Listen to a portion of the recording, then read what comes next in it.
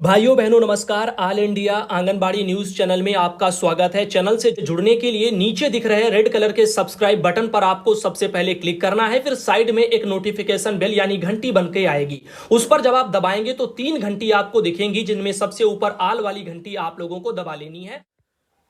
सभी आंगनबाड़ी सेविका सहायिका मिनी बहनों का आज के इस वीडियो में स्वागत है। बहनों, वीडियो को पूरा देख करके जाना। एक बहुत ही जरूरी जानकारी, सरकारी आदेश आपको पहले ही दिखाते हैं। 10,000 रुपए का बजट आया है और ये प्रति आंगनबाड़ी केंद्र के हिसाब से है और ये विद्युत के संबंध में है। तो आइए पहले इसको विस्तार से देखते हैं। संजीवनी देवी बहन है जो कि बहराइच जिले से आती हैं और बहराइच जिले में ही जिला कार्यक्रम अधिकारी जो बहराइच के हैं, उन्होंने 24/12/2022 को समस्त बाल विकास परियोजना अधिकारियों को अपने बहराइच जिले में भेजा है और लिखा है कि निदेशालय बाल विकास सेवा एवं पुष्टाहार उत्तर प्रदेश लखनऊ के पत्र संख्या जो कि 453 है दिनांक 27 जुलाई 2022 के द्वारा जनपद बहराइच के अंतर्गत 1090 आंगनबाड़ी केंद्रों पर गुणवत्तापूर्ण एवं समयबद्ध रूप से बाह्य विद्युत संयोजन कराने के लिए निर्देशित करने, साथ ही प्रति आंगनबाड़ी केंद्र 10,000 रुपए की दर से बजट का आवंटन किया गया है।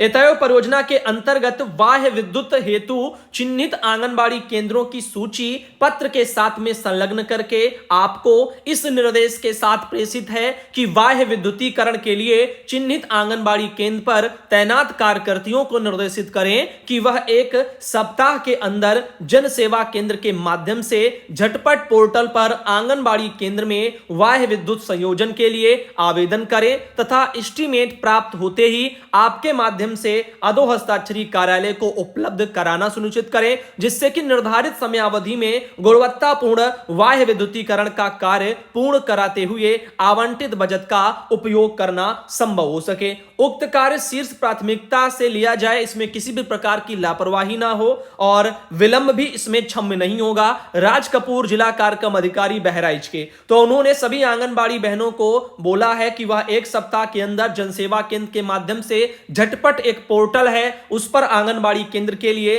बाह्य विद्युत संयोजन के लिए आवेदन कर दें, एस्टीमेट प्राप्त कर लें और वो अपने वहां जो भी ये अधिकारी हैं समस्त जो है बाल विकास परियोजना वाले, इनके माध्यम से वो प्राप्त कर लें। तो इस तरीके से आया है 10,000 रुपया का ये बजट है इसके लिए, इस काम के लिए, बाह्य विद्युत संयोजन के लिए। तो आंगनबाड़ी बहनों, आप सब जो अन्य अन्य जिलों से हैं, यूपी से, आप बताओ आपके वहां क्या ऐसा काम हो रहा है या कहीं पहले हो चुका है? जो भी स्थितियां हैं कमेंट बॉक्स में अपनी जानकारी जरूर साझा करना। आगे चलते हैं और भी बताते हैं इस बारे में, जिसका जो भी ख्याल हो अपने जो है राय को आप कमेंट बॉक्स में जरूर देना। आगे चलते हैं और आपको बताते हैं अगली जानकारी है कार्यालय जिला कार्यक्रम अधिकारी जो हापुड़ जिले के हैं। 24/12/2022 को उन्होंने यह आदेश जारी किया है समस्त बाल विकास परियोजना अधिकारियों के लिए। दिनांक 23/12/2022 को निदेशक महोदय के द्वारा जूम मीटिंग में दिए गए निर्देशों के संबंध में है। जैसा कि आप देख सकते हैं 23/12 को निदेशक मैडम आपकी जो नई है सरनीत कौर ब्रोका जी, उन्होंने एक बैठक कराई थी और उसमें ही उन्होंने कुछ आदेश दिए हैं।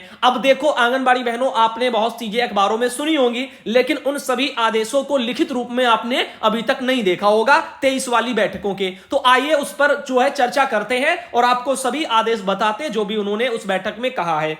पहला है कि प्रत्येक परियोजना में प्रतिदिन 0 से 5 वर्ष तक के बच्चों के कम से कम 10 आधार कार्ड अवश्य बनाए जाएं, जिसके लिए जनता से किसी भी प्रकार का कोई भी शुल्क ना लिया जाए। जनपद में प्राप्त समस्त मशीन यथा डेस्कटॉप और टैबलेट, इनको ऑन बोर्ड भी कराना सुनिश्चित करें। साथ ही दूसरा है पोषण ट्रैकर ऐप पर डीआई में अंतर जो है उसको 31 तारीख तक सही करवा लो और चतुर्थ त्रैमास की जो डीआई होगी पोषण ट्रैकर पर जो फीड होगी उसी के अकॉर्डिंग ही लाभार्थियों को वो जो है राशन वासन निर्गत किया जाएगा। निर्देशित किया गया है कि जो डीआई परियोजना में जो है प्राप्त हो रही है उसके अनुसार ही आंगनबाड़ी कार्यकर्तियों को राशन वितरण किया जाए और जो है इसमें किसी भी प्रकार की लापरवाही एवं अवैध वसूली नहीं होनी चाहिए। साथ ही सभी आंगनबाड़ी केंद्र निर्धारित समयानुसार खुलने चाहिए तथा आंगनबाड़ी में जो लाभार्थियों को नियमानुसार पोषाहार का वितरण होना चाहिए। तो बहनों ध्यान देना, जो भी डीआई परियोजना में प्राप्त हो रही है उसी के अकॉर्डिंग आंगनबाड़ी बहनों को राशन वितरण होगा,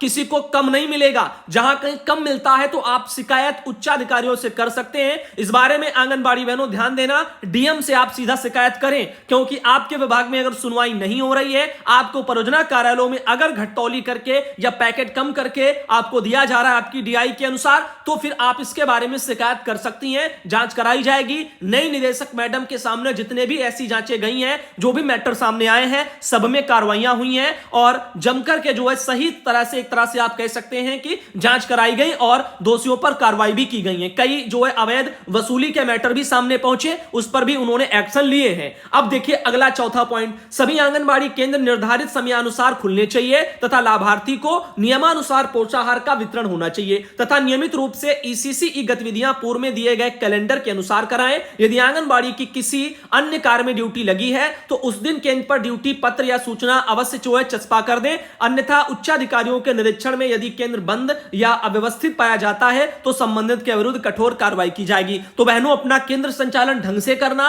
रजिस्टर सब मेंटेन करना, इस तरह से चीजें करना। अगर आपको किसी काम से बाहर जाना है, मान लो मीटिंग के लिए जाना है कार्यालय में, तो अपने केंद्र पर आप जो है अपना जो चीज को चस्पा कर दें बाहर और फिर जाएं, या अपना रजिस्टर बना लो, उसमें मेंटेन करो और फिर जाओ। ऐसी चीजों को ध्यान देना। पोषण ट्रैकर ऐप पर मीजरिंग डेटा, होम विजिट, आधार सत्यापन 100% फीड कराना सुनिश्चित करें। पोषण ट्रैकर ऐप पर फीडिंग के लिए 10-10 आंगनबाड़ी कार्यकर्ती का एक ग्रुप बनाएं तथा उस ग्रुप में एक आंगनबाड़ी को ग्रुप का लीडर बना करके प्रत्येक दिवस की गतिविधि जैसे वजन, लंबाई, पोषाहार, टीकाकरण, ये सब फीड कराएं तथा सप्ताह में एक दिन ग्रुप की बैठक कराएं और आंगनबाड़ी को आ रही समस्याओं का समाधान भी कराएं। साथ ही जिन आंगनबाड़ी कार्यकर्ती द्वारा पोषण ट्रैकर ऐप पर 100% फीडिंग और 100% पोषाहार का वितरण किया गया है, उनकी पीएफएमएस पोर्टल पर पीएलआई की फीडिंग प्रति माह भी कराना सुनिश्चित करें। तो इसका भी ध्यान देने के लिए बोला गया है। जिन भी बहनों का पोषण ट्रैकर पर 100% फीडिंग का कार्य सब रहता है, पोषाहार वितरण भी रहता है, तो उनका पीएफ जो है पीएलआई, उसकी फीडिंग भी पीएफएमएस पोर्टल पर करवाएं। जब तक पीएफएमएस पोर्टल पर फीडिंग नहीं होती तब तक पीएलआई जनरेट नहीं होता।